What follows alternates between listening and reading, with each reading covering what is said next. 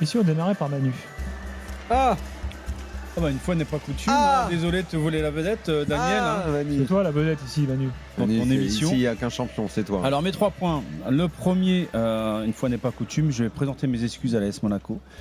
Je les voyais pas parce que je les voyais pas du tout exister dans cette double confrontation et sincèrement ils m'ont fait douter et je pense même aussi fort que les Parisiens sur les 2 matchs. Félicitations à eux, énormément de frustration, des erreurs d'arbitrage sur les 2 matchs qui ont coûté cher. Et surtout sur 2 matchs de 90 minutes, tu joues un match entier à 10 contre 11 et tu fais douter les Parisiens jusqu'au bout. Mon premier point. Mon deuxième point, grosse inquiétude concernant le réel niveau du Paris Saint-Germain qui ne fait que se confirmer match après match. On me dit toujours qu'à un moment donné, le bouton, il va se mettre en route, tout va s'aligner. Sincèrement, le prochain adversaire sera soit Chelsea ou Barcelone, même si ils ont aussi des carences, notamment sur le plan défensif, ces équipes-là. Ils ont des joueurs qui sont d'un autre calibre sur le plan offensif et aussi d'autres arguments à faire valoir. Donc si les Parisiens n'ont pas l'intention d'hisser leur niveau de jeu d'ici là, notamment sur le plan mental, parce que c'est les 2 confrontations contre Monaco, ça a été très laborieux à rentrer dans les matchs, comme ça a été laborieux aussi sur les matchs précédents en Champions League. Donc c'est des sacrés points là quand même. Danger. Je fais un peu ce que je veux, donc c'est moi qui commence d'ailleurs. Moyennement sur les 3 Et mon troisième point. D'habitude c'est toi qui monopolise la conversation. Donc, en plus tu fais un monologue, donc excuse-moi de faire du Daniel Riolo. Et mon troisième point. Et mon troisième point, voilà. Il faut que tu t'en prennes à Jean-Louis. Mon troisième point. Félicitations également à la Juve parce que également être à 10 contre 11, réussir à revenir sur un score de parité pour aller aux prolongations alors qu'il te manquait encore 2 buts. C'est quand même une sacrée expérience. Et le cherry on the cake, comme on dit en Angleterre. Le 4e point. Ouais, mais je fais ce que je veux d'ailleurs, c'est moi qui commence. C'est une petite pensée quand même pour Bodo Glimt parce que sincèrement, les 2 matchs qu'ils ont fait contre l'Inter, magnifique. Voilà. Daniel, j'espère que tu seras plus concis. Je vais le faire. Je vais le faire. Il y a l'expression qui dit qu'on se qualifie par la petite porte. Moi, j'ai envie de dire que le PSG est passé, mais par la porte de la cave. Parce qu'une porte de cave, souvent, c'est pas très joli. Le deuxième point, c'est oui, effectivement, Monaco a existé sur les 2 matchs. Et je vais même dire que sur la première mi-temps ce soir, ils ont fait au PSG ce que peu d'équipes ont fait cette année, peut-être le Bayern, les empêcher de jouer complètement. Et le troisième point, mine de rien, c'est une soirée assez fofolle quand même qu'on a, parce que l'Atalanta a retourné Dortmund et c'était un match passionnant. Parce que Real Benfica, en revanche, ça je le mets entre parenthèses, et que là, on est en train de terminer sur une prolongation dingo avec Juve Galatasaray. Effectivement, les clubs italiens, depuis le début de la saison, avaient montré très peu. Et là, ce soir, comme on a fait le débat sur le foot italien en perdition, il fallait bien qu'ils nous répondent. Et on va peut-être avoir l'exploit de la Juve face aux Turcs. Exactement, s'il se passe des trucs, on vous le signale. Bon, démarrons par le club qui se qualifie, le PSG. Manu, dans ces 3 points, tu as dit que... inquiétant. C'est inquiétant. De plus en plus inquiétant, en fait. Oui, parce que tu vois pas de progression. L'année dernière, à la même époque, tu avais l'impression que match après match, ça s'améliore. Il y a un point, il y a 2 points. Il y en a plusieurs, mais il y en a 2 qui me ressortent en permanence. C'est l'impact physique, je les trouve quand même très très très très loin, donc ça peut s'expliquer sur plusieurs raisons, mais aussi sur le plan mental. Je trouve que ces 2 équipes qui étaient sur ces 2 points bien précis étaient un rouleau compresseur et qui mettaient justement en valeur les qualités collectives et individuelles de chaque joueur, notamment dans le pressing, dans la conservation de balles, sur la technicité, sur les jeux dans les intervalles, dans les redoublements de passes, avec des latéraux qui déboulaient comme si c'était des boulevards, enfin des joueurs qui se trouvaient les yeux fermés. Physiquement et mentalement, je les trouve très très éloignés du niveau. Encore une fois, ils ont des circonstances atténuantes. Donc oui, moi je trouve que c'est inquiétant parce que j'ai l'impression qu'ils se reposent en fait sur certaines certitudes qu'ils n'ont plus depuis l'année dernière. Je ne sais pas ce que j'entends par circonstances atténuantes. Toujours est-il que moi, l'histoire de cassure, en fait. L'histoire, encore une fois, je fais un peu, je reviens sur le tout collectif absolu, qui évidemment doit être mis en avant, et évidemment est une grande base des victoires dans le foot. Mais il y a un moment, des gens qui sont essentiels, même dans un collectif. Et ce PSG-là, Je ne le crois pas. Je ne crois pas qu'il pourra aller très loin en Ligue des Champions s'il ne retrouve pas son moteur dont on a parlé toute l'année dernière, qui a mis du temps à se mettre en place, qui a mis quasiment 6 mois à se mettre en place. Enfin, la première année de Luis Enrique et la moitié de la deuxième. Le moteur, c'est le trio au milieu de terrain qui a été étourdissant, éblouissant, étincelant l'année dernière et qui aujourd'hui n'existe plus parce que Fabian Ruiz n'est plus là, parce que Vitinha est nettement moins en forme et que sa prestation ce soir, mais ses prestations récentes sont largement au-dessous du Vitinha fantastique qu'on a très souvent connu. Un PSG sans moteur et un PSG sans Dembélé, ça ne pourra pas être le PSG l'année dernière. Et on pourra me refaire toutes les théories sur le collectif et sur tout ce que dit Luis Enrique sur ça sert à rien d'avoir un homme qui se détache de l'autre. Enfin bref, la théorie du football communiste. Je n'y crois pas. Il faudra un grand Dembélé parce que Doué dans cette position-là, ça reste un joueur de classe internationale, Doué. Mais je ne crois pas que ce soit encore un faux neuf du niveau de ce que Dembélé a montré sur les 4 mois qui lui ont permis d'avoir le Ballon d'Or. Et je ne crois pas que, même avec un Zaïre Emery bon, tu as la qualité technique et d'impact que tu avais au temps de la splendeur de João Neves, Vitinha et Fabian Ruiz. Fabian Ruiz qui était dans l'équilibre essentiel et qui était également très important dans l'impact physique. Je rejoins Manu sur ce point-là, ça manque au PSG. Ce qui, évidemment, tout ça ne veut pas dire que ça va mal se terminer. À ce stade, aujourd'hui, fin février, on ne peut pas dire ça. Mais là, il manque des choses essentielles qui ont fait le grand PSG. De moteur, pardon, il manque également du carburant. Non, moi je suis évidemment d'accord avec ça. Moi, ce qui me choque le plus, c'est que sur leurs points forts, les Parisiens ne répondent plus. Ouais. C'est-à-dire, Manu, tu as parlé du pressing. Moi, j'ajoute les sorties de balles. Les sorties de balles, c'était la grande force du PSG l'année dernière, être capable de tenir face à la pression. Au milieu, si t'as pas les milieux, exactement. Non, mais Daniel, je suis d'accord avec toi, t'inquiète pas. Ouais. Le niveau des milieux de terrain, c'est le plus inquiétant, effectivement. Neves, Vitinha en priorité. J'ajoute à ça quand même des joueurs qui sont l'ombre d'eux-mêmes, Nuno Mendes, Hakimi, ils n'ont pas les jambes de l'année dernière. Ouais. Donc tout ça, c'est compliqué. Mais et si Monaco a été capable de faire ça pendant 1 heure, je suis très pessimiste pour la suite en Ligue des Champions. Parce que si Monaco fait ça jusqu'à l'expulsion, je ne vois pas comment Chelsea peut ne pas le faire aussi, ne pas mettre la même intensité, etc. On a tous pensé ça, Jean-Louis. On est tous devant la télé et on se dit c'est le Monaco qu'on voit en championnat, c'est le Monaco qui est capable de jouer, j'allais dire courant alternatif, mais même pas, parce que alternatif, ce serait 1 fois sur 2, 1 fois sur 3. C'est tellement rare de voir un Monaco aussi fort en championnat. La première période que sort Monaco, Manu, parce qu'évidemment, j'étais d'accord avec toi, je ne croyais pas du tout que Monaco puisse exister dans cette je t'avais dit que Pocognoli les avait réveillés quand même. Mais la première mi-temps qu'ils font, même en termes de pressing, et puisqu'on parlait du moteur au milieu de terrain, le moteur, il a été enrayé aussi, parce que j'ai vu un grand Lamine Camara, parce que j'ai vu un Zakaria sortir de sa défense pour venir très souvent dans le milieu, parce qu'au milieu de terrain, Monaco, avec évidemment Vanderson, Caio Henrique qui resserrait, je pense que ce 3-4-3 a en plus fait du bien à Monaco. Mais dans ce secteur de jeu, j'étais très surpris de voir le PSG. C'est vrai, mais l'année dernière, ils s'en sortaient avec leur niveau. Pardon ? Ils s'en sortaient l'année dernière de ce genre de pressing parce qu'ils avaient tous un niveau individuel bien meilleur. Ils jouaient tous beaucoup plus vite. J'ai l'impression qu'ils volaient, ils étaient vifs, alertes, brillants. Là. Parfois, Lamine Camara seul, il était capable non seulement de récupérer, mais en plus de jouer avec le ballon. Les garçons, moi je trouve qu'il y a une énorme différence et j'en reviens à l'aspect physique. Parce que c'est bien beau de courir, mais si tu cours dans le vide et tu cours pas ensemble, les déplacements, ils sont inutiles. Ouais. Moi, il y a un joueur qui symbolise ça, c'est Vitinha. Vitinha, l'année dernière, il me faisait penser à Xavi parce qu'il était toujours dans la zone pour ressortir les ballons. Et aujourd'hui, il n'y est plus du tout. Bien sûr. Donc, est-ce qu'il est capable de reproduire les efforts, les petites courses fractionnées en permanence? Ils sont plus capables de le faire à l'heure actuelle. Ça m'inquiète beaucoup. C'est vrai. Première réaction, les gars, on va écouter Désiré Doué sur Canal+ il y a quelques instants. Oui, bien sûr, à la fin, quand ils marquent et après ils ont une dernière occasion, forcément on a du stress et ça fait peur. Mais voilà, dans l'ensemble, on a encore une fois su réagir parce qu'on était mené et on a su revenir au score, passer devant. On a fait un grand match collectif. Notre objectif, c'est pas d'être mené et de revenir dans le score. Notre objectif, c'est de dominer sur tout le match. Après, voilà, il y a des faits de jeu. Il faut savoir aussi remonter un match et gagner un match lorsqu'on est mené. C'est ce qu'on a fait aujourd'hui. Et les prochains matchs, on essaiera de ne pas prendre de but, c'est important. Bon, moi, la communication de Doué, je la trouve vraiment. Entre la semaine dernière et là, c'est dur, Manu.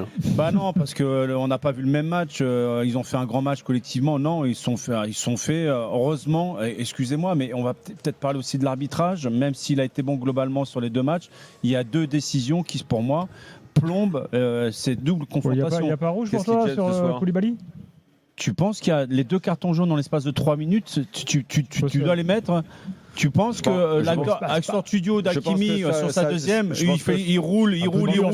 Ça tourne bien pour le PSG. C'est ce que je te dis. Et puis la main de Marquinhos au match aller, qui n'est même pas regardé au replay, ça aussi on peut pas en parler. On me dit que le bras était collé alors qu'il était complètement décollé.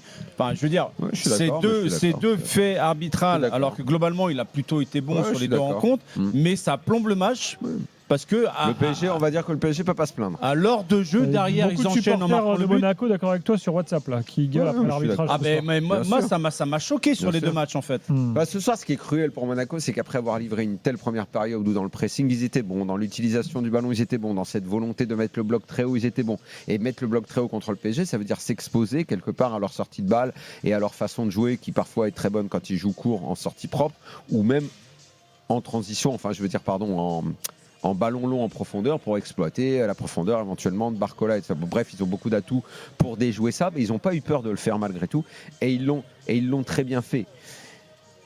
C'est à mettre au crédit des Monégasques que ce soir, cette performance-là. Je les ai bien aimés. Ça faisait longtemps que je les avais pas vus comme ça. Mais que tout s'écroule au moment où ils prennent le carton rouge, que dans la seconde quasi qui suit, il prend le but. Ouais. C'est un coup de massue, tu te relèves pas. C'est très violent. Et derrière, ils arrivent quand même à arracher le match nul. Parce qu'à la mi-temps, le scénario d'une cata, je dis pas, on n'a pas le stylo encore dans la main, on n'est pas prêt à l'écrire, mais il y a des éléments, on se dit... J'aurais aimé une mouche pour savoir ce que Luis Enrique a dit à ses joueurs à la mi-temps. À la mi-temps, je me dis, qu'est-ce qui est en train de se passer ce soir?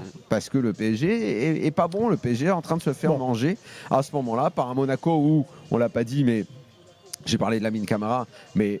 Là, ce soir, j'ai vu le Hakliouche que j'aimerais voir tout le temps. On est d'accord. Ouais. On est d'accord. Alors là, pour l'avoir... On fera une évaluation complète tout à l'heure. Pour l'avoir critiqué ces derniers temps en disant mais c'est le gars qui veut aller... C'est le gars qui veut aller à la Coupe du Monde. Et vraiment, j'ai dit à quel point... Il n'y a pas de souci là. J'ai dit à quel point il m'a déçu ces derniers temps. Merci ce soir de nous faire plaisir, de montrer quel est ton vrai niveau. Moi, j'aimerais qu'on le voit plus souvent, son vrai niveau. J'aimerais qu'on voit les Monégasques capables de cet enthousiasme-là et de cette volonté.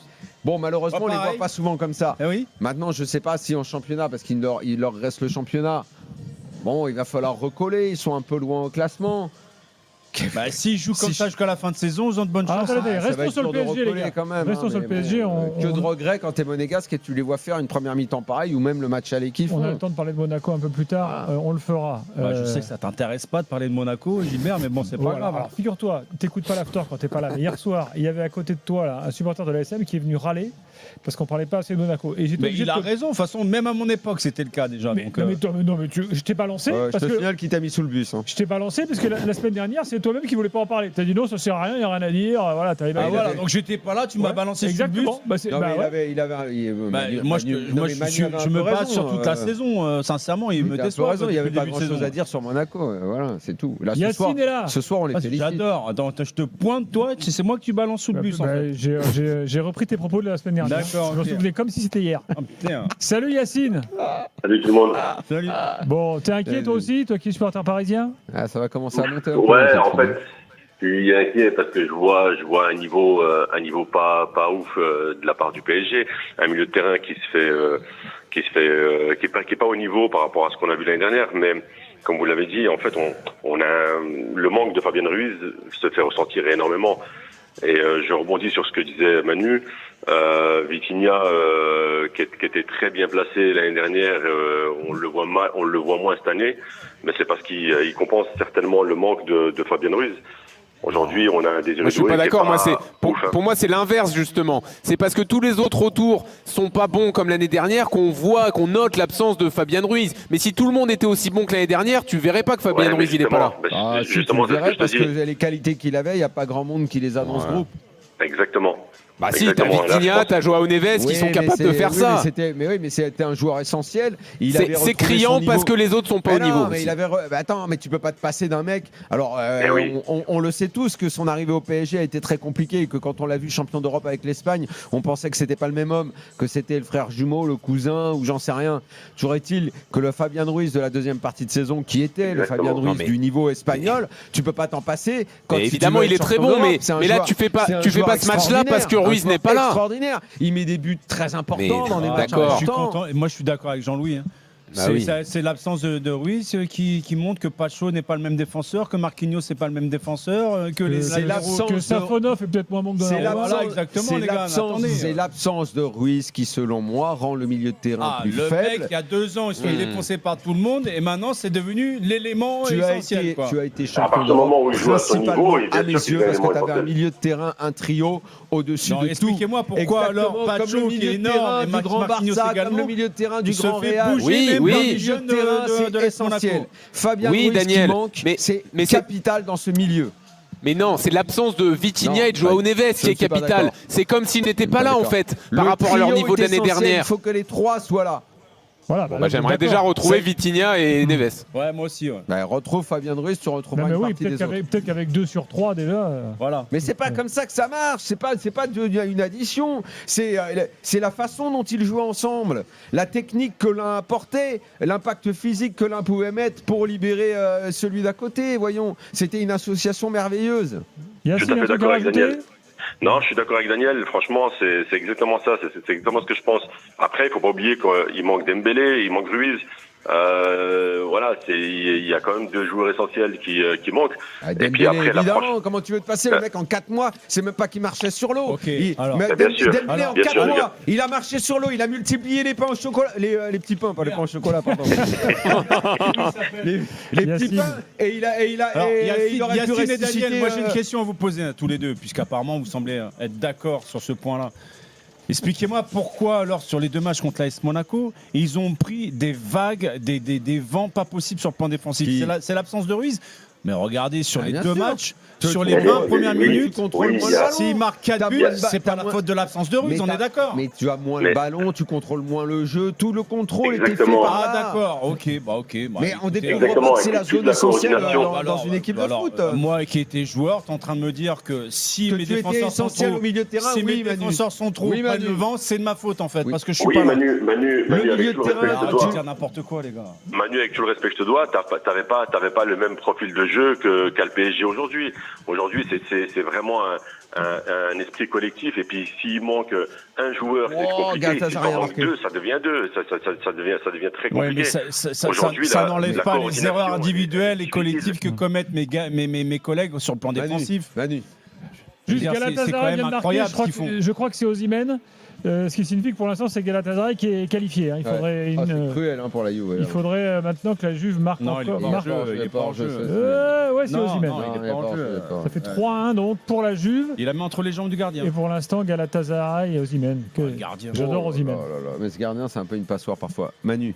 Oui. Toutes les équipes, mais je le dis à chaque fois, c'est pas grave, je vais le répéter, je peux te prendre tous les exemples que tu veux.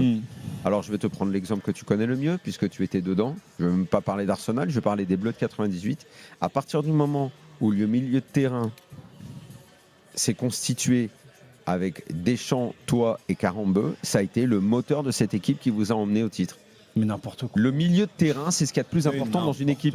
Les Bleus de Platini, c'était les 4 hommes. Arrête de dire n'importe quoi. Je veux dire, tu remets en question les 2 Saïd, Thuram. Mais je ne les remets pas en question. Mais qui t'a dit que je les remettais en question? Ils étaient impassables. Mais qui t'a dit que je les remettais en question? C'est ce que je suis en train de te dire. C'est en train de me dire en fait que le Barça actuel. Si je prends le Barça actuel, ok, ils sont des très bons joueurs au milieu de terrain. Il te dit, il fait beau. Toi, tu réponds, il n'y a pas de nuages. Tu comprends ce que je veux dire? Ça n'a aucun sens en fait.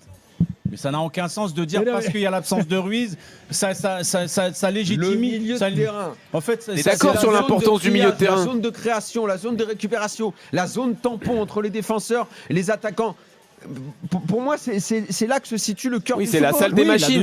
Mais ça, on est d'accord là-dessus. Mais ça ne veut pas dire que l'absence de Ruiz justifie les conneries qu'ils font en défense. Sur les deux confrontations, quand tu regardes les premières demi-heures des deux matchs, c'est... Pour moi, aujourd'hui, c'est plus impressionnant qu'à l'aller. Parce qu'aujourd'hui, il y a une vraie... il ne concède rien comme occasion, hormis la frappe de Barcola en fin de première mi-temps. Mais pour le reste, c'est exactement... Il quadrille bien le terrain. Et on parlait du pressing tout à l'heure. Ça a été très bien bossé et très bien organisé. Et ils avaient leur plan, ils l'ont tenu et ça a failli marcher. Je vais te dire, si Monaco avait affiché en Ligue 1 le visage qu'ils ont affiché en Champions League... Ils seraient sur le podium à l'heure actuelle, ils seraient juste derrière le PSG. C'est ce qui était prévu. Ben oui, mais ils ne l'ont pas fait. Mais c'est ce que devrait être là, ils se sont réveillés, ils sont allés gagner à Lens, même si en première période, ils étaient un peu aux fraises. Malgré tout, ils sont allés gagner, ils ont marqué 3 buts. Je crois qu'il n'y a pas une seule équipe depuis le début de saison qui est allée marquer 3 buts à Bollard. Donc quelque part, je me dis, quand tu es capable de partager les points avec City, de faire Top du stade Pocognoli, justement. Il arrive, le coach de l'ASM. Vous sortez quoi, satisfait ou frustré de ce match?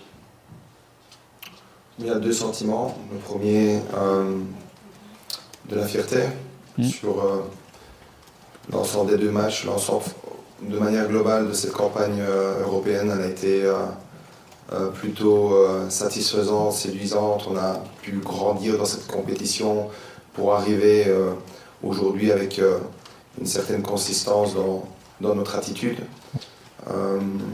Donc fierté, j'avais dit à mes joueurs, si on pouvait faire douter un peu le PSG aujourd'hui, pour moi c'était déjà un beau succès. Et on l'a fait jusqu'à la dernière seconde à 10 contre 11. Donc chapeau aux joueurs. Ensuite j'ai de la frustration parce que forcément on peut refaire l'historique des 2 rencontres. Terminer les 2 rencontres à 10, donc on se dit, et si on avait terminé à 11, qu'est-ce qui se serait passé?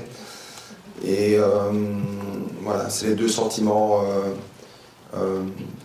qui ressortent. Je pense que pour les joueurs c'est pareil, et il faudra se servir de ça pour construire sur la fin de saison, parce que si on veut revivre des belles soirées comme aujourd'hui, il faut que ça repasse par la compétition maintenant. Voilà, Sébastien Pocognoli en conférence de presse. On écoute encore une réponse. Carton jaune reçu par Koulibaly. Est-ce que selon vous, ça a été le tournant de la rencontre? Merci. Oui, je pense que oui. Comme le carton au premier match a été aussi un tournant négatif. Le carton avec une conséquence de but directement sur la phase cloue un petit peu les espoirs, même si je pense qu'à jusqu'à la dernière seconde, on a failli peut-être revenir dans le match. Mais oui, après, si on veut isoler cette carte rouge, je pense que les questions vont venir après. Mais pour vous, il n'est pas mérité? Pour moi, il n'est pas mérité, non. Pas mérité. Vous en pensez quoi? Moi, à vitesse réelle, je trouve que c'est un peu sévère. C'est un peu sévère. Je trouve aussi, surtout que l'enchaînement des 2 cartes se fait dans un laps de temps de 5 minutes. Bah oui. C'est un jeune joueur. Et pas de problème s'il la donne, alors il doit donner le carton jaune 10 minutes plus tard à Hernandez, qui est en face du 4e arbitre, avec une jambe tendue sur Van der Sar. Et à ce moment-là, on a une psychologie envers Hernandez où on lui dit calm down. Alors c'est un joueur qui a gagné une Coupe du Monde, mais un jeune joueur, on ne le fait pas. Donc pour moi, c'est 2 poids 2 mesures. Ça se passe trop souvent cette année avec Monaco, malheureusement. Et au-delà de la frustration et de la fierté, il y a aussi un peu de colère. Donc voilà. Voilà pour classe. Pocognoli. Complètement d'accord. Tu es d'accord avec lui sur l'analyse arbitrale? Même sur toutes ces déclarations, je m'inscris. Il y a quand même un petit bout de phrase qui m'a gêné. Laquelle? Il dit, j'ai dit à mes joueurs, si déjà on arrive à les gêner, c'est pas mal. C'est ça ton ambition? Je sais pas, t'es en Ligue des Champions, mec. Dis à tes joueurs, on va tout faire pour y arriver. Plein de choses, le seul truc que tu retiens, c'est ça, en fait. On va juste essayer de les gêner. Gilbert, non, mais il a raison. Franchement, arrêtez, les gars. Non, mais l'analyse des mots. J'ai pas envie de retenir ça, moi. Moi, j'ai envie de retenir tout ce qu'il a dit autour. C'est fier de ses joueurs, en fait, tu sais quoi, la frustration. Tu sais quoi, j'ai l'impression que s'il se posait, Pocognoli, et il revoyait les 2 matchs, et que par une sorte de, je sais pas, d'opération du Saint-Esprit, on pouvait revenir en arrière, on pouvait lui dire on t'autorise à rejouer les 2 matchs. Eh ben, il y a, je pense qu'il y a moyen de faire quelque chose. J'ai l'impression qu'il s'est dit après coup qu'il y avait moyen de faire quelque chose. Mais non. Mais que sur le moment, Mais non, c'est pas vrai ce que tu dis, Daniel. C'est pas vrai. Parce que les deux matchs te prouvent. Tout de suite, ils y ont cru vraiment. Les deux matchs te le prouvent. Oui. C'est factuel. Oui. Dès la première seconde, ils ont pris le PSG à la gorge. J'ai envie d'être d'accord avec toi, mais je pense que s'ils pouvaient le rejouer, ils seraient encore plus taquets. Et dire les gars, on peut vraiment faire un truc. Ce soir, ils ont été taqués sur la première. L'aller, ils font quand même un très bon match. Ils mènent 2-0 et ils sont retournés 3-2. Je dis putain, alors qu'on fait un gros match, on perd quand même 3-2. Là, ils refont la première mi-temps, ils font une grosse première mi-temps. Ouais, non. Il y a moyen de faire un truc. Il y a moyen. Moi, je trouve personne n'y croyait, on n'y croyait pas. Ah, moi je pense qu'il y croyait avant le match ce soir quand même. Et ça se voit sur les intentions de jeu, ça se voit quand même. Sinon, tu commences pas un match comme ça.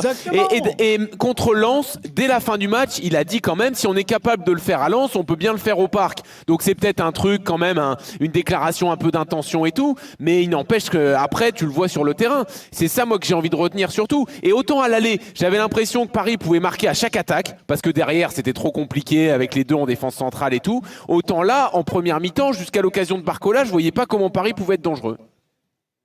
Non, sincèrement, quand tu vois les débuts de match, il n'y a rien à dire, quoi. Donc après, si tu juges la communication de l'entraîneur à l'issue de l'élimination, non, c'est factuel. Je veux dire, les deux matchs sont là pour te prouver le contraire. Donc non, j'ai trouvé que sa communication était bonne et que heureusement qu'il a parlé de l'arbitrage. Je n'ai pas senti d'animosité particulière dans ses propos. C'est juste un constat implacable d'une énorme frustration, se disant oui, si l'effet arbitral avait été penché un peu plus du côté de l'AS Monaco, je pense que l'AS Monaco aurait pu espérer autre chose dans cette double confrontation. Omar est là, il est supporter monégasque. Bonsoir Omar. Salut Gilbert. T'étais au stade ? Salut. Ouais, là je rentre à pied. J'étais au stade, ouais. Alors, tu es comme Pocognoli, tu es à la fois fier et en colère à cause des arbitres. Enfin, dis-nous ce que tu ressens. Je vais dire que je suis en colère, honnêtement. Je suis très fier de l'équipe. Et c'est vrai que même au match aller, moi, j'y croyais. Même si on était dans un mauvais état, on n'avait pas encore battu Lens et tout. Et honnêtement, Monaco, cette année, était capable de battre tout le monde. Le match nul contre City, le match nul contre la Juve. Honnêtement, on a la capacité de faire mal aux bonnes équipes. Et ce soir, honnêtement, le match il était top. Moi, je suis plus impressionné par le match de ce soir parce qu'à l'aller, honnêtement, au bout de 30 minutes, Paris a changé de vitesse. Ils nous ont fait mal, même avant le carton rouge de Golovin.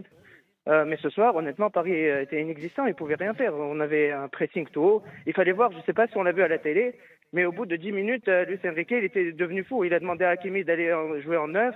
Ensuite en 10, il a mis Zaïre Emery à droite. Il a changé les postes pendant 15 minutes, il était fou. Il n'arrivait pas à trouver de solution. Donc moi, honnêtement, je suis satisfait du match d'aujourd'hui. Dommage, on n'a pas pu gagner. Et après, c'est normal, hein, le foot, c'est comme ça de tout temps. Les grosses équipes, on va dire que c'est un scandale arbitral, mais oui, ils sont toujours un peu avantagés à la maison. Voilà, ouais, c'est normal. Ouais, à l'extérieur aussi, hein, parce qu'à l'aller, je suis désolé, la main de Marquinhos soumission des arbitres, soumission. Je parle pas de l'expulsion de Golovin qui était méritée, inconsciente, mais la main qui était flagrante de Marquinhos. Mais le problème maintenant, Omar, c'est maintenant que tu sais que Monaco est capable de faire ça. Quand ils vont te refaire un match pourri en Ligue 1 contre une petite équipe, ça va encore plus t'énerver. Là, on n'aura plus de match pourri, c'est sûr. Là, on va bien finir la saison. Ouais, on va bien. D'habitude, on finit bien les saisons. On a toujours un petit coup de mou. Surprenant quand même du visage de l'AS Monaco en Champions League, du visage qu'ils ont pu afficher durant toute la saison en Ligue 1. Parce que là, Monaco, les gars, il n'y a plus de coupe. Ah ben là maintenant, il n'y a plus que le championnat où c'est mal embarqué quand même. Ouais. Et il va commencer à faire beau. Une petite coupe d'Europe, ouais. Et il va commencer à faire beau. Ce qui à Monaco est jamais bon pour les joueurs de foot. Et la festivité qui arrive, le Grand Prix, le tennis. Ouais. Manu, tu connais ça? Si on remobilise pas l'équipe, ça peut être compliqué. T'allais pas au casino, toi? Non, j'allais au casino. Ouais. Ah ouais? Ah ouais. T'as pas T'as pas de tête à jouer au casino? Je te vois pas tête de genre. Je te vois pas au casino. En plus, ils s'en souviennent de nous parce qu'on avait un rayon qui était réservé pour les joueurs de l'AS Monaco. Il y a même certains joueurs qui pétaient des vitres tellement ils étaient énervés. Ah ouais. Et les joueurs de Monaco sont invités au tournoi de tennis. Bah ça, mais oui, il y en a peu qui y vont, hein, parce que tous les ans j'y vais, je vois très peu de joueurs. Deschamps est là tous les ans. Mais ils jouent pas. Les joueurs... Avec Daniel, d'ailleurs, ils sont ensemble en tribune. À chaque fois, il dit mais il est où Manu? Bah, oui. Et après, on va jouer au paddle chez lui. C'est vrai. Tranquille. Okay. Bah non, là, il dit, il est les différences sont effacées. On va renouer une belle amitié maintenant. La justice, c'est moi, je viens d'une époque, il y a des choses qui n'existent plus, donc voilà. C'est dommage d'ailleurs. Bon, Omar, on va faire une évaluation ensemble. Quel joueur t'as aimé côté monégasque ce soir? Honnêtement, même le petit Koulibaly, c'est vrai c'est un petit manque d'expérience sur le carton rouge, mais honnêtement, moi j'adore son activité sur le terrain, il court partout. Et tous les gros matchs, il avait bien joué. Contre City, il avait sorti un super match. C'est pas lui qui rate le but en première sur le centre de la Cliouche. Il rate un ratable, mais c'est sur côté droit, on peut le pardonner. Koulibaly qui est international U20 français, qui est un jeune effectivement qui a été en partie formé à Monaco. Ça devient cruel la fin de match. Oula, rebut pour Galatasaray. Ah là, je pense que là ça va être compliqué pour la Juve maintenant. On est à la 118e. Donc, est-ce que tu préfères l'expression les carottes sont cuites ou c'est la fin des haricots? Les deux, j'aime les légumes.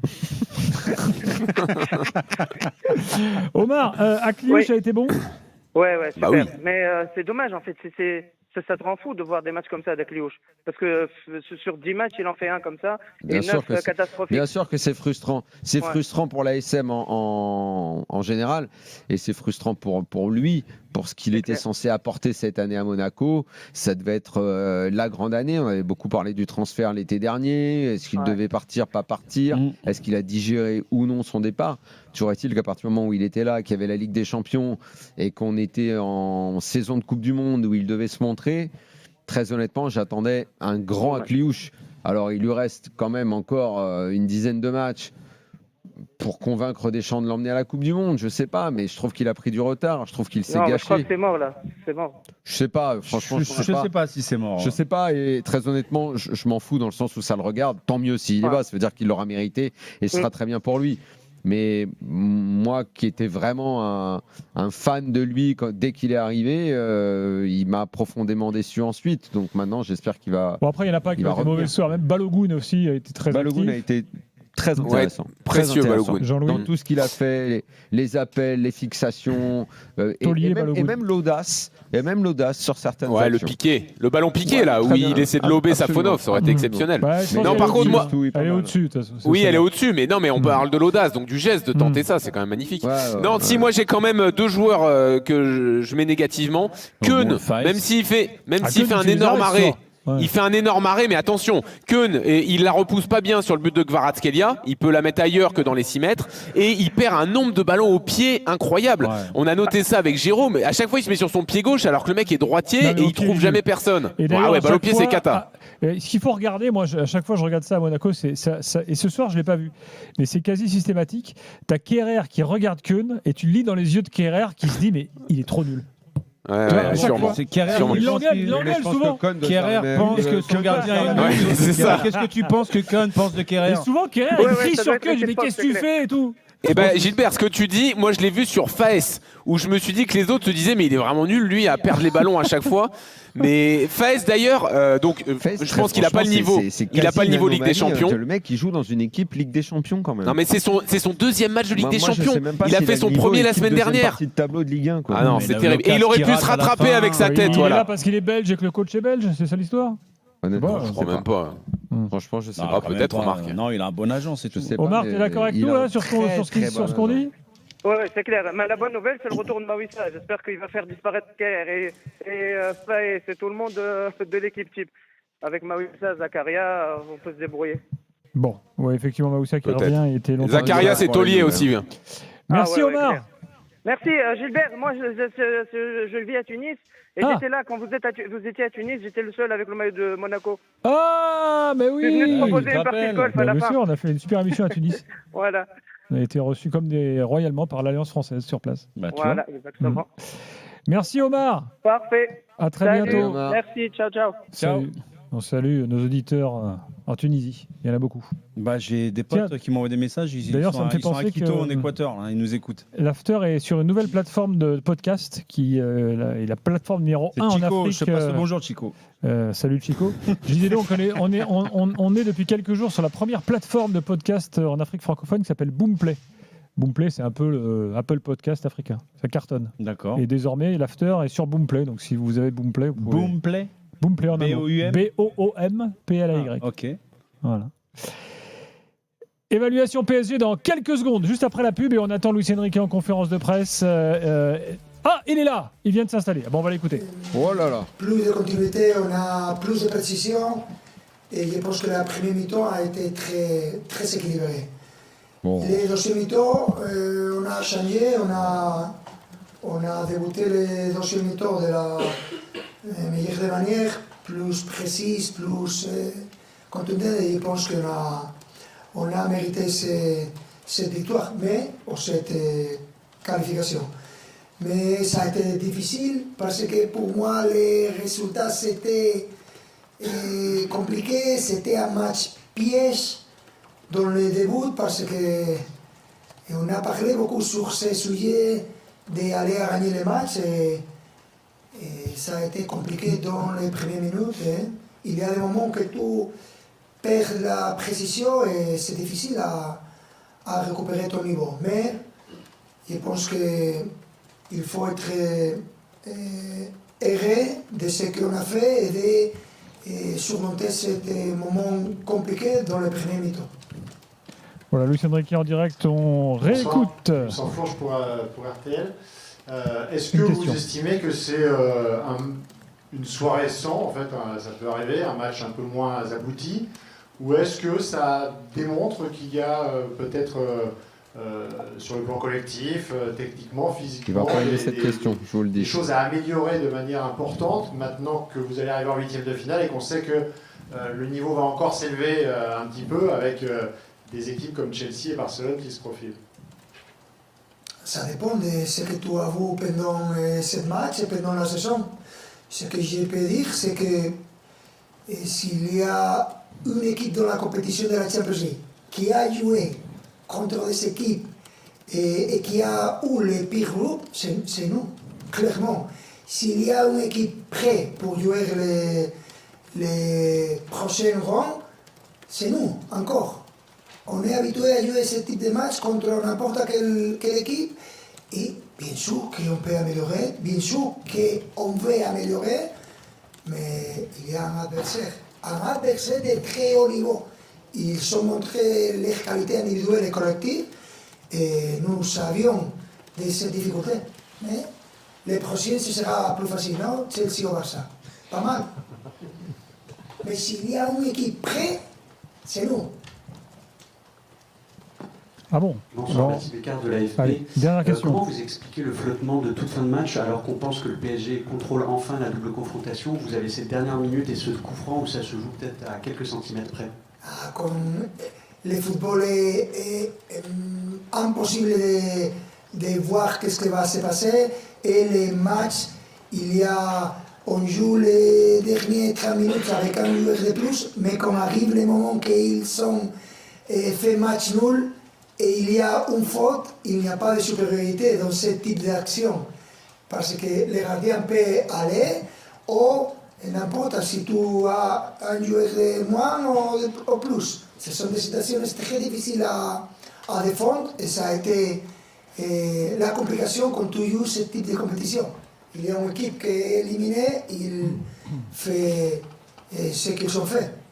Dans ce cas, s'il avait marqué les buts, il y aura de l'extra time et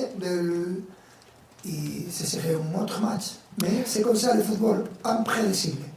Donc, Luis Enrique dit, Barcelone ou Chelsea auront en face d'eux une équipe prête. Il a dit ça.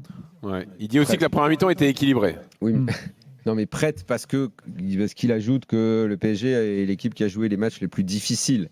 Donc ils sont prêts à la difficulté. C'est ça. Après, comme a dit Jean-Louis, à partir du moment où il voit... là, pour le coup, je suis assez d'accord avec lui. Oui, le PSG, ayant eu un tableau difficile, ils sont habitués à l'adversité cette année. Maintenant, une fois qu'on a dit ça, sur son analyse du match, s'il dit que la première mi-temps est équilibrée, c'est peut-être, ça doit être,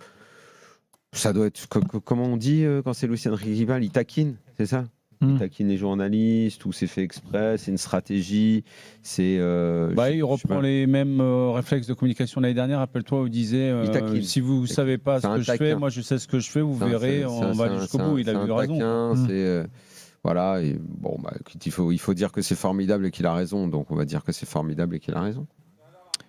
Bon, on rentre plus sur sa conf. La première mi-temps était équilibrée. En même temps, c'est Evanjuil qui le dit, donc on ne va pas contester. Sébastien est là au 32-16. Sébastien, bonsoir. Bonsoir. On aurait dû continuer parce qu'il a l'air de s'énerver dans la conférence. Ça va devenir intéressant. T'étais au stade. Ah bah, toi, tu veux écouter Daniel? Attends, on va voir ce qu'il dit. Non, mais comme il a bouge pas, Sébastien. Jamais, on rate peut-être quelque chose. Objectif très difficile. Merci. Ah bah, merde, alors. Merci Daniel. Voilà. Non, il a dit un truc quand même qui est pas mal, parce que Jimmy a écouté pendant qu'est-ce qu'il dit, Jimmy en fait, il a dit l'absence de préparation n'est pas une excuse. Voilà ce qu'il a dit. Là, c'est quoi Voilà. Il dit il reste 3 mois de compétition, on va récupérer les joueurs. L'absence de prépa. Bah parce que on dit de l'été dernier. Oui, voilà, qui traîne toujours physiquement. C'est ce que disait Manu tout à l'heure. Ouais. Bah, dans ce cas, il faut le voir sur le terrain, ça. Parce que moi, j'ai toujours l'impression que ceux qui ont tiré sur la corde l'année dernière, c'est les plus fatigués. Et d'ailleurs, ces derniers temps, les plus en forme, c'est Barcola et Zahir Emery. Comme par hasard, ceux qui ont moins joué la saison dernière et qui n'étaient pas dans le 11 qui a fini la saison. Sébastien, donc rebonsoir. Bonsoir. Donc je disais, tu étais au stade. Ouais. Toi, c'est le manque d'envie qui t'a gêné, c'est ça? Ouais, moi je trouve que j'ai l'impression qu'ils ont plus faim. Ils ont T'as plus quoi, faim. j'ai pas entendu, t'as l'impression Ils ont plus faim. ils ont plus faim. Ils ont plus faim. Comme si, ils ont savouré, ils se sont donnés à fond l'année dernière, ils ont remporté le trophée. Et cette année, je sais pas, j'ai l'impression qu'il y a un manque d'envie. Je trouve que c'est flagrant. C'est pas normal qu'on commence des matchs comme ça. Dans la première mi-temps, on est là, on fait pas ce qu'il faut, on fait pas les efforts qu'il faut. Je veux dire, on n'attaque pas nos ballons, on est loin du porteur. Je veux dire, il n'y a pas de mouvement. Ouais, franchement, je trouve du stade, c'était horrible, quoi. Ça, c'est un truc que tu ressens aussi sur les autres matchs? Ou c'était que ce soir? Ouais, non, même sur les autres matchs, le match aller, c'est franchement prendre 2-0, ils viennent 2 fois devant tes cages, ils plantent. Je veux dire, nous on est moins chirurgical, il y a moins d'envie, je trouve, il y a moins d'appels, il y a quelque chose qui a changé. Et au bout d'un moment, le bouton on/off, je veux dire. De toute façon, la problématique de savoir enchaîner après une saison à succès, ça c'est dans la tête de tous les sportifs, c'est compliqué. Mais quand le Real il gagne 3 fois de suite, je veux dire, les mecs ils ont la dalle, ils ont envie de se dire vas-y, vraiment on y va, on fait la première, on fait la deuxième, je veux dire, on va chercher la troisième. Moi j'ai l'impression cette année, tu vas pas te dire ouais, allez, elle est encore pour nous celle-là. Je veux dire non. Toi, t'es déjà parti dans l'optique que ça va pas le faire.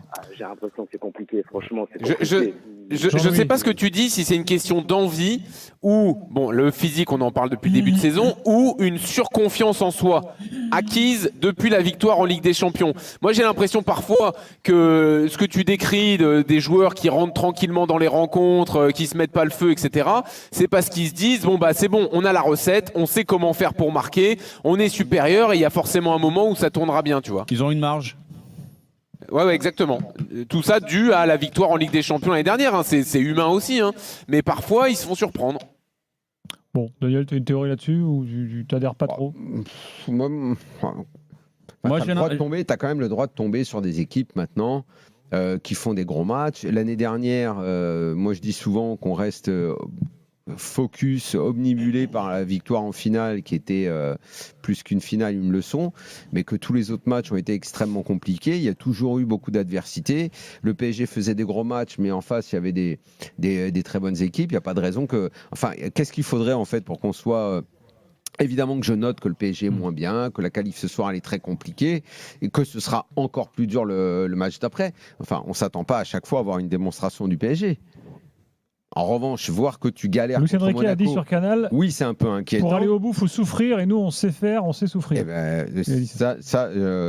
J'aime cette remarque. Je pense qu'ils sont un peu dans la gestion, en fait, en sachant qu'ils savent que pour aller jusqu'au bout... C'est ce que dit Sébastien. La gestion, ça veut dire que tu es conscient de ce que de gérer. Tu penses que ce soir, ils gèrent? Moi, je pense qu'ils sont conscients qu'ils ne sont pas sur les mêmes aptitudes physiques, mentales que l'année dernière, parce que ça a été très éprouvant toute l'année civile 2025, et qui se disent que s'ils veulent aller jusqu'au bout, et réitérer ce qu'ils ont fait l'année dernière, ça ne sera pas le même exploit dans le sens où ils ont dominé, ils ont marché quasiment jusqu'à la fin.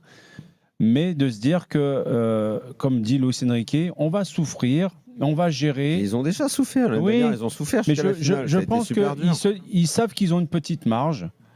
Donc ils essayent. Mais là, je pense que c'est une piqûre de rappel, là, ce qui s'est passé sur les deux confrontations. Ils savent très bien que le prochain adversaire, s'ils font ça, ils passent à la trappe. Mais le prochain adversaire, il sera très dur. C'est pour ça, je dis, s'ils font les mêmes débuts de match et les mêmes prestations collectives et individuelles sur le prochain adversaire qui sera Chelsea ou Barcelone, ils passeront pas. Pour moi, le prochain adversaire, il faut qu'il soit au complet, qu'il récupère tout le monde et que physiquement, il soit bien.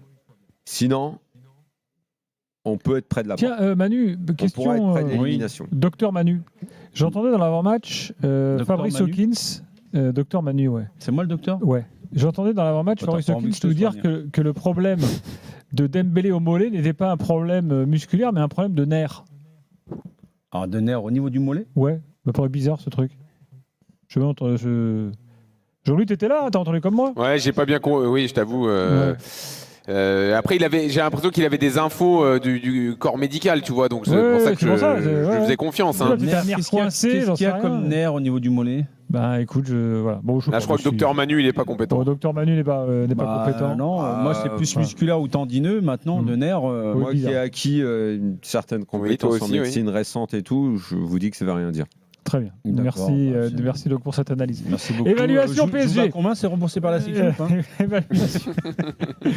Évaluation parisienne. Les gars, j'aimerais qu'on parle de Kvaratskhelia parce qu'il y a toujours un débat sur son positionnement. Non, il n'y a pas de débat sur son positionnement. Donc ce soir, il a marqué, mais il a aussi raté des contrôles parfois assez simples dans la surface. Comment vous jugez son match ? Les sorties de balles, ça a été des fois où ça piquait les yeux.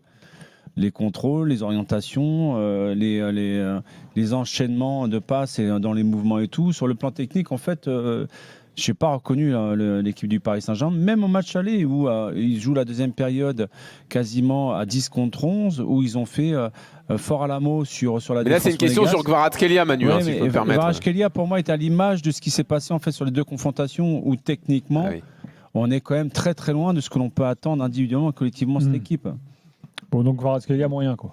J'ai trouvé moyen. Pas boulé non plus, mais... Sauf si dans le mollet, c'est une sciatalgie. C'est quelqu'un qui lui a envoyé ça. Qu'est-ce qu'une sciatalgie ? C'est un nerf qui serait bloqué dans le mollet. Dans le mollet, ouais. Ah bah voilà, donc on a la réponse alors. Mais ouais, c'est assez rare quand même, mais pourquoi pas. On m'avait conseillé de venir vous voir. Le match de Désiré Doué, les gars. Jean-Louis, tu dis quoi ?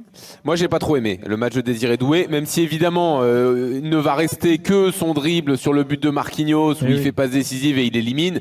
Mais globalement, la première mi-temps, elle est pas bonne. Il fait semblant d'aller au pressing là où Dembélé il va à fond. Forcément, on le compare parce que c'est le même poste. Donc, pas de bonne course. Ce poste-là de faux neuf, il a pas réussi à se l'apprivoiser. Et d'ailleurs, en deuxième période, il échange avec Barcola jusqu'à l'expulsion, mais il reprend sa place côté gauche. Et je m'attendais à un peu mieux de sa part ce soir, notamment dans le jeu. Et hormis, je le disais, sa passe décisive, je trouve qu'il n'y a pas grand-chose à retenir. Bon, Turdoué, vous voulez rien rajouter, les gars. Tu as parlé de Marquinhos tout à l'heure, j'aimerais que tu développes sur ce que tu penses de... Moi, Marquinhos, je ne l'ai pas vu aujourd'hui. C'est pour ça que tu voulais que je développe je ne l'ai pas vu aujourd'hui. C'est que tu avais besoin d'infos là-dessus. Il y a tellement de joueurs... Alors, on peut dire que c'est lui qui a remis l'équipe dans le bon sens en marquant. Ah bon, d'accord, ok. Il a remis l'équipe dans le bon sens en marquant. Voilà. C'est ça que tu veux que je dise ? Non, mais l'idée c'est. Moi je trouve que sur les deux matchs, si on prend simplement les deux matchs, maintenant on peut remonter sur les matchs précédents aussi. Mais Marquinhos, dans l'histoire du PSG en Coupe d'Europe, il lui est déjà un défenseur, normalement ça marque peu. Lui, ça lui est arrivé quand même sur des matchs d'être important à des moments où le PSG en avait besoin. Comment dire vous me parlez de ses buts là ? De dépasser sa fonction pour justement aller un petit peu plus loin que ce qu'il fait. Si vous voulez qu'on parle de ses buts, il n'y a pas de souci. Non, mais moi, sa mission prioritaire, essentielle, c'est de défendre. Sur l'action, au moment où ils sont à 11 contre 10, c'est peut-être ça qui lui fait penser qu'il peut un peu aller au-delà de sa fonction pour aller se projeter. Autant j'ai trouvé l'association avec Pacho l'année dernière exceptionnelle. Oui, là c'est moins bien. Et d'ailleurs, c'est pour ça qu'on parlait souvent de Pacho, parce que depuis le départ de Thiago Silva, je prends Marquinhos est orphelin d'un compère dans la défense centrale. Et depuis l'avènement de Pacho, je trouve qu'ils forment une formidable doublette. Mais même Pacho, je trouve moins bien là. Mais c'est ce que je te dis. Non, mais les deux qui sont surtout moins bien, c'est les latéraux. Vous êtes en train de me parler du but de Marquinhos ou des buts qu'il aurait marqué sur les matchs précédents, les saisons précédentes avec le PSG à certains moments. Il n'y a pas de souci. Tu peux parler aussi des buts d'Hakimi aussi pendant que tu y es. Mais moi, je te dis. Marquinhos m'inquiète dans le sens où, pas simplement dans son rôle de leader, mais sur le plan défensif. Quand tu vois, alors, ne serait-ce que sur les 2 matchs, les boulevards qu'ils ont donnés aux attaquants, c'était un gruyère, le truc. Donc moi, vous pouvez me raconter ce que vous voulez, c'est factuel. Si l'AS Monaco, des fois, est plus précis, notamment dans la finition, je ne parle même pas de la première occasion qu'ils ont eue en début de match, où c'est le jeune sur Akliouche qui sort et qui la met au-dessus du but, mais il y a d'autres occasions. Tu te dis en 1 contre 1, c'est fébrile. Dans l'alignement défensif pour jouer leur jeu ou pas leur jeu, c'est fébrile. Dans les couvertures mutuelles, c'est fébrile. Dans le domaine aérien, c'est fébrile. Le gardien, c'est fébrile. Bah, c'est pour ça, je te dis, parlez-moi de ces buts si vous voulez, mais moi, ce que j'attends de Marquinhos, c'est j'attends des défenseurs. Je parle même pas d'Hernandez qui est rentré parce que sincèrement, sur le but d'égalisation, je sais pas ce qu'il a fait. Je sais pas du tout. Pacho est pas clair non plus sur le but de l'égalisation. Vous pouvez me raconter ce que vous voulez, parlez-moi des buts, mais moi, j'attends d'eux qui défendent. Jean-Louis, j'aimerais que du stade, tu nous dises ce que tu as vu d'Hakimi. Parce que je sais pas, des fois j'ai l'impression qu'il se planque maintenant. Non mais Hakimi, le problème c'est qu'on compare avec l'année dernière, donc c'est insuffisant. C'est-à-dire que l'équipe est quand même construite autour de lui dans un sens, puisque c'est lui qui fait les allers-retours, c'est lui le défenseur qui peut monter en permanence et il fait beaucoup moins de différence qu'avant. Et je pense qu'il n'a pas les jambes, tout ça s'explique. Moi je suis moins sévère. Non mais tout ça s'explique, mais tout ça s'explique, Manu, bien sûr. Mais quand on constate le match et l'écart avec l'année dernière, oui, mais il n'empêche que c'est pas le même que l'année dernière.